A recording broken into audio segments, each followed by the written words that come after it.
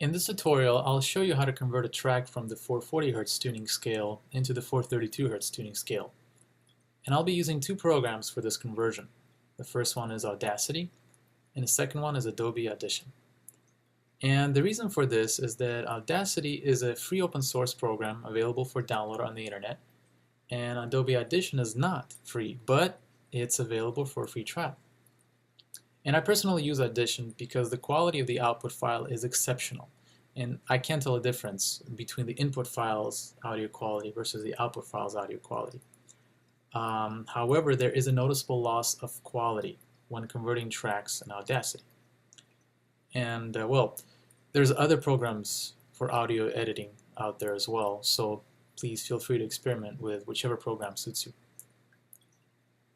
Also note that in the upper right corner we have a video of a tuner that will tell us in which frequency the track is playing in. Now, from my experience, about 95+% of tracks that I worked with are in the 440 Hz standard tuning. However, once in a while a track comes in that's in a different tuning. And as an example, I've come upon tracks written in 444 Hz tuning. And of course, the importance of this is that if you're working with a track that is not in 440 Hz tuning, then you have to use a different ratio to convert into the 430 Hz tuning scale. Because otherwise, if you use the same ratio that is used to convert from 440 to 432, your output file will not be in the 432 Hz tuning scale anymore. This is why we'll check the tuning frequency of the original source file, and then once again, we'll check the tuning frequency of the converted file to make sure that it's in the 432 Hz tuning scale. So let's start converting, and I have a sample file here. And let's open it up and convert it first in Audacity.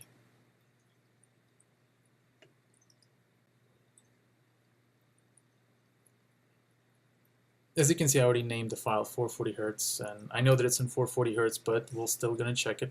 This way you'll see what the tuner says.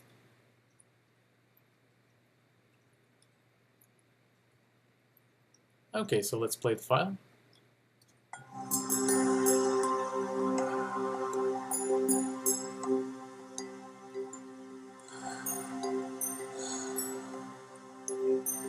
Well, as you can tell, it's in the 440 Hz tuning scale.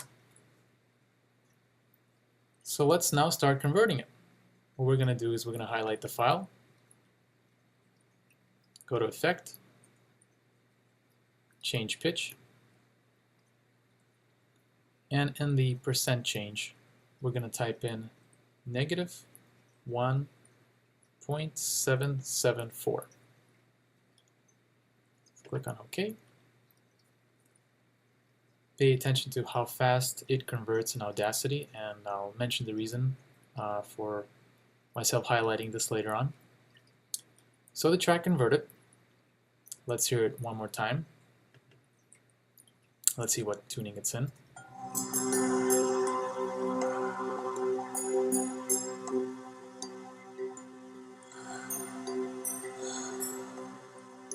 As you can see, it's not hitting any 440 Hz notes. So let's change our tuning to 432.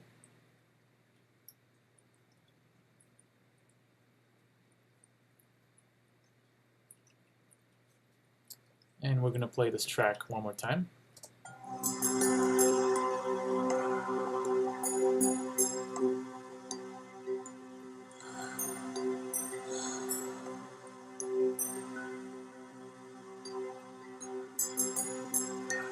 There you have it. It's now on 432 Hz tuning scale. So now let's save it. We're going to go to File, Export.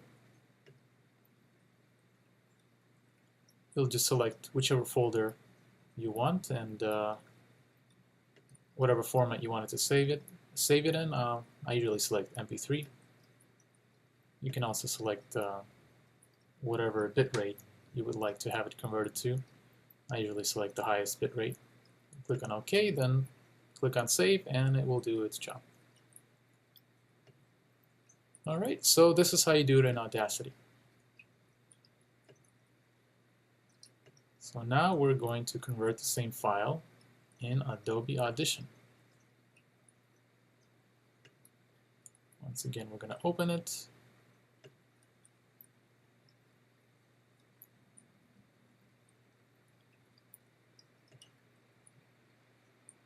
And we'll do the same thing. First, we're going to check the quality, the tuning of this file. I just changed the tuning back to 440 Hz on the tuner. Let's play it.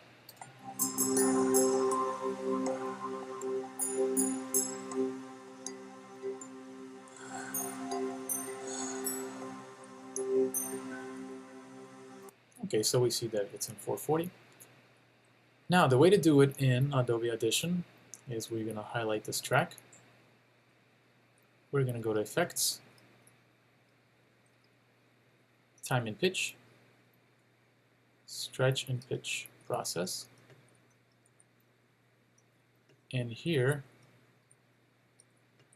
it's fully fit, okay. And here, okay, so I already have it set here, but basically in this window here, in Pitch Shift, we're going to put in negative 0.31 semitones. And another thing to pay attention to, in Algorithm, make sure to select Isotope Radius. And for Precision, make sure to select High. Over here, make sure that this is to 100%. And the key is also make sure that the duration is just very, very slightly off, but make sure that's not much off so that the duration remains as close as possible to the original file. The reason why I select Isotope Radius and Precision High, this way the output file will be as close as possible to the sound quality of the initial input file. Okay, so now we're going to click on Apply. I'm going to, not sure the view editor. Now pay attention to this. Remember how in Audacity it took about something like, was it 4 or 10 seconds or something like that to convert the file? Notice how it says 8 minutes here. Now, this tells, well, the one thing that it tells me is that it does much more, there's much more processing here involved in the conversion, which means that the quality is going to be better. When something converts so fast, this tells me that the quality is going to be not as good. So we'll wait until this converts.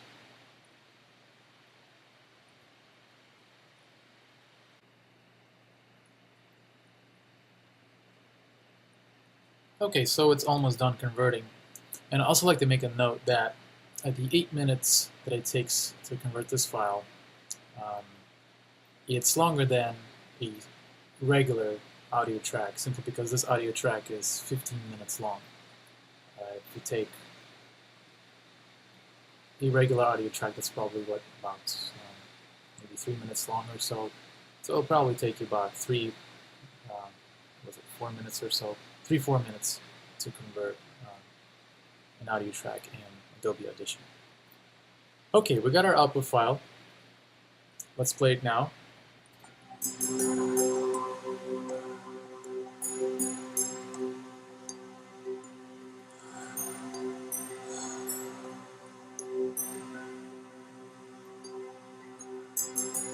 So as you can see, it's not hitting 440 notes.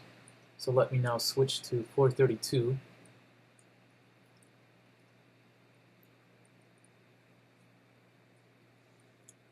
And I'm going to play it once again.